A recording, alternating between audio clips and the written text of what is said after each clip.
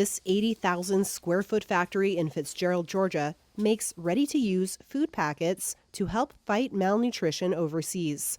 Manna Nutrition, a nonprofit that says it has fed 10 million children across the globe, churns out peanut butter paste that is packed with milk and multivitamins.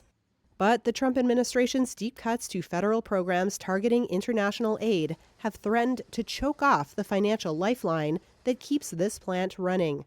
Former evangelical missionary Mark Moore is Manna's co-founder.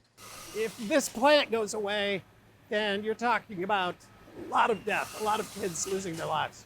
USAID, which accounted for about 90% of Manna's budget, has been all but decimated by the Department of Government Efficiency, Trump's cost-cutting entity led until recently by billionaire Elon Musk.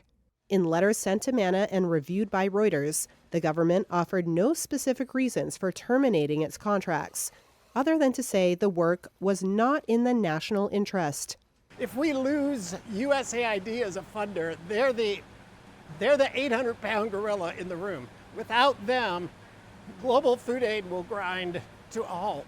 Moore says he's holding on to hope, faith, and seeking partnerships with other aid groups to keep the mission alive.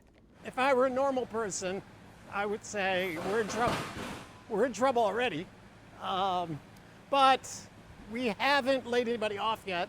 We haven't shut down yet. We're running right now as we stand here. And for that regard, we're good through August with no more orders. At that point, we have to figure out, what are we going to do?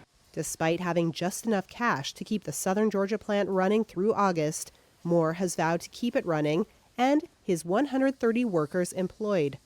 LaTronda Williams, who has worked at Manna for 8 years, is still optimistic about the future of Manna's life-saving mission.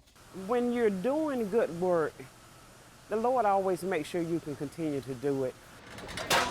So if you're doing his work, and which I believe we are, then he's going to make sure that maybe a little rough spots going on, but I think we're going to be fine.